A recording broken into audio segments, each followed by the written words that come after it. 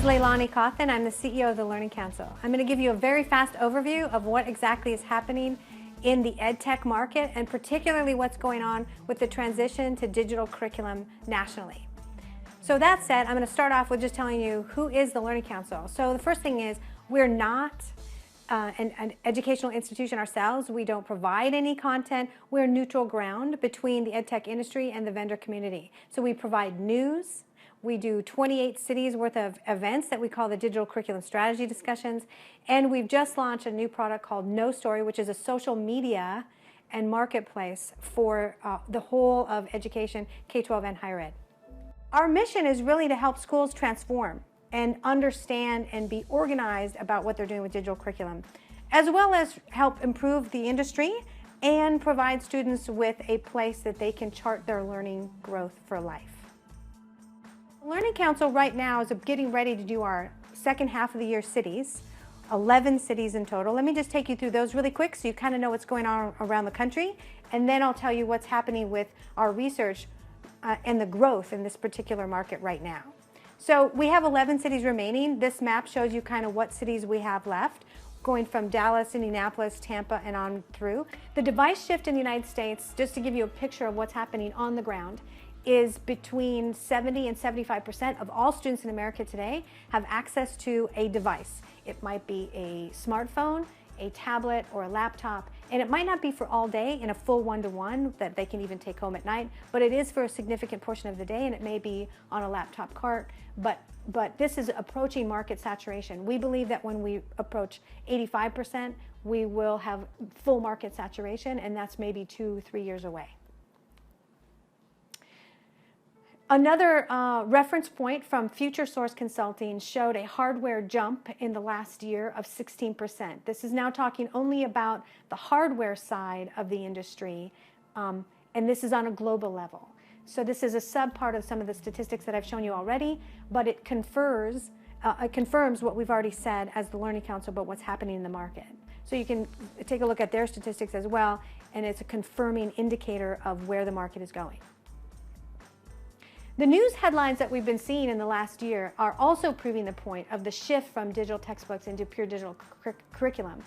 For example, this story out of Raleigh, North Carolina, has the textbook warehouse gentleman talking about the change that he saw, where he used to see multiple semi-truck loads coming into their facility, every week, and now they see one truck maybe once every couple of weeks. And as you can see, there's an empty warehouse behind him. His calculations are that the reduction in purchasing in textbooks is at least 80% what it was just in 2008. This new modality, new opportunity for all the vendors in the market is along the lines of selling videos, selling apps, selling games. The design basics for what we see really working when we're talking to districts is that sort of chunked content. It's content that's shorter form, participatory, multisensory, unstructured, and guided in a way that has an intelligent learning engine behind it. So the Learning Counsel, because of all the things that are in the industry, more than 7,000 publishers now, and millions of pieces of content, not to mention the tens of thousands of apps that are learning focused. They're not just games, they're actually learning apps. Has developed a new model architecture. This is a major buzz now in the market. We started it almost a year ago. We've synthesized it down into a very simple form. We just have a special report that hit our website recently and started being distributed. It has a massive number of downloads already. People are following this logic for how they need to be organized in what they're doing with digital curriculum and how they're structured. And so if you don't understand this model architecture yet, it's worth a download to read it and understand what's going on in the industry. In terms of learning to differentiate, the market is also stepping up its understanding of what's going on inside of digital curriculum.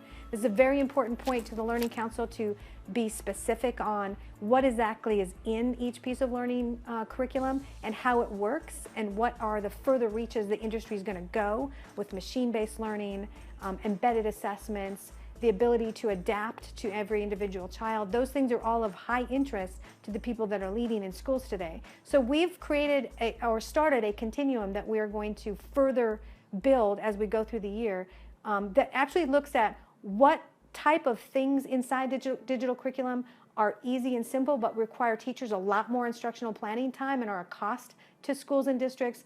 And they might be free, but they're costing the district in other ways, versus what is the fully automated learning level stuff. And we sort of hypothesize the highest level might be sort of holodeck level, like Star Trek, or room of requirement level, so that you could actually understand what you're in and what you're doing with the further reaches of tech.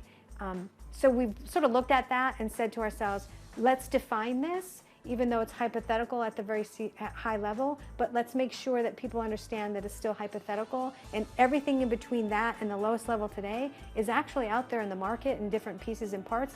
Some of the best stuff we've seen is what I call sort of the Uber level immersive environment digital curriculum resource, and that stuff has never been seen by most people. It includes three-dimensional work.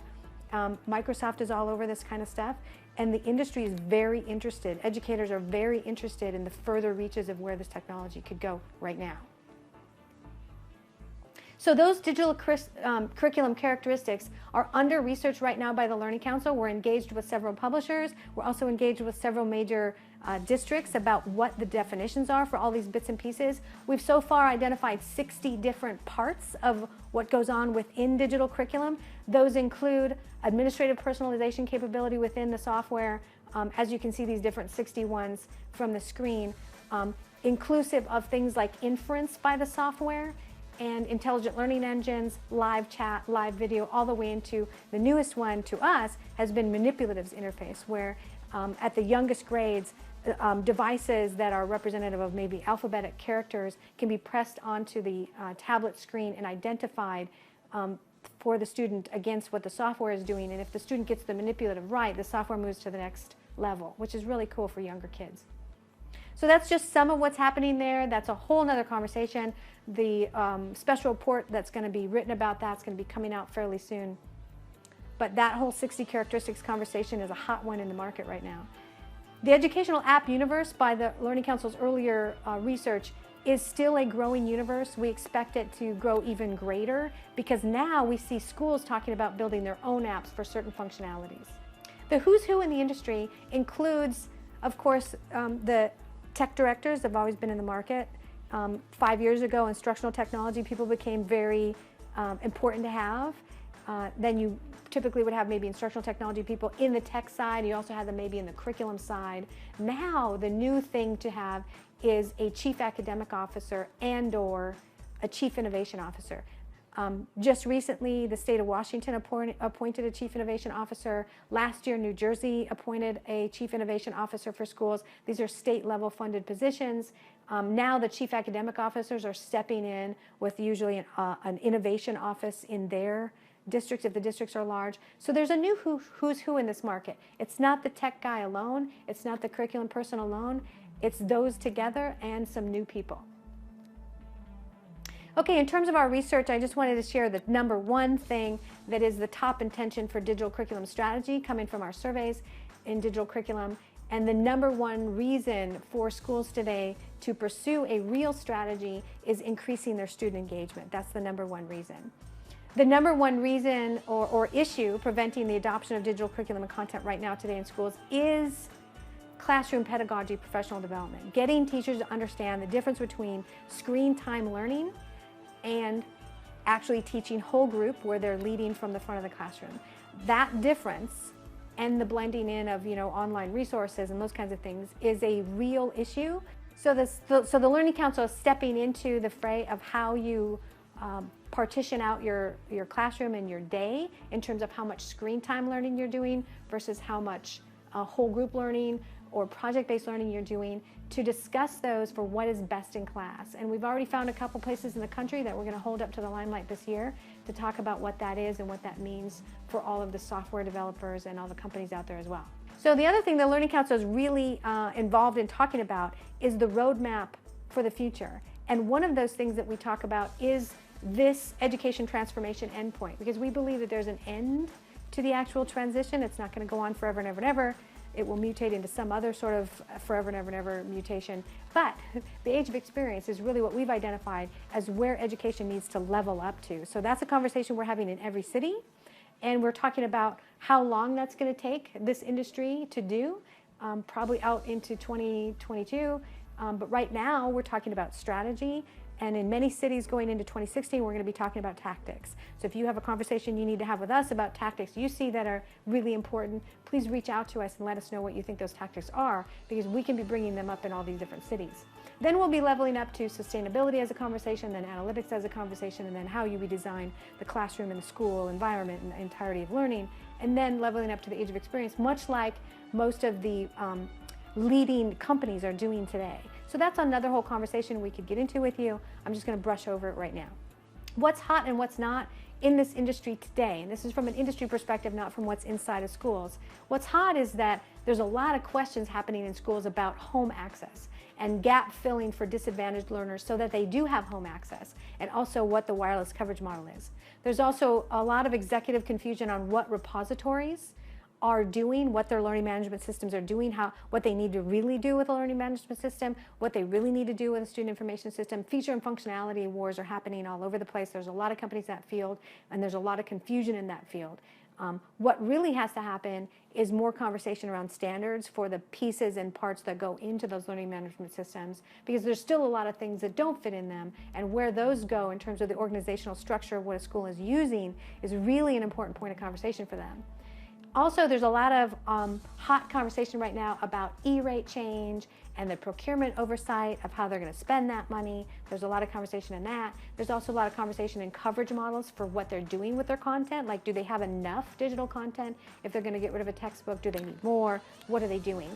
And then a triaging of which content is doing what against what standards. There's that work being done right now. In a lot of districts, it's a lot of work. They've had to hire additional people to do that. The help that you need to deliver from the industry side, I can't underestimate that in terms of your relationship, to give them really full understanding and help them, break through that triaging of what's going to be good for them, what isn't going to be good for them.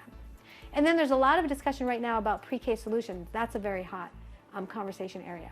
What's not hot is all of the terminology differences. So not having an understanding of what you mean by blended learning versus what somebody else means by blended learning.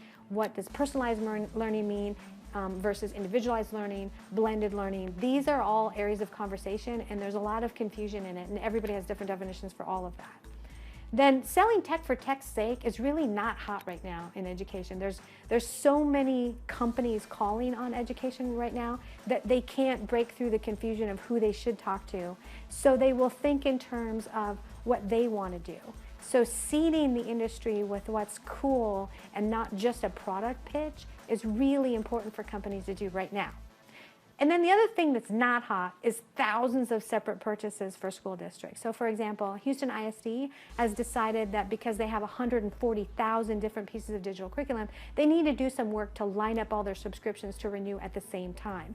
This has an impact on the industry of software and digital curriculum is a really huge impact, because most of those companies aren't built to end an annual subscription in their software systems and start a new one just to line up so that they're on the same date as everyone else. That's a very difficult thing to do with your annual subscription models, and it takes a lot of internal paperwork by reps and all of that other kind of stuff. But be ready for that and know that it's coming, because more than one district is already talking to us about this.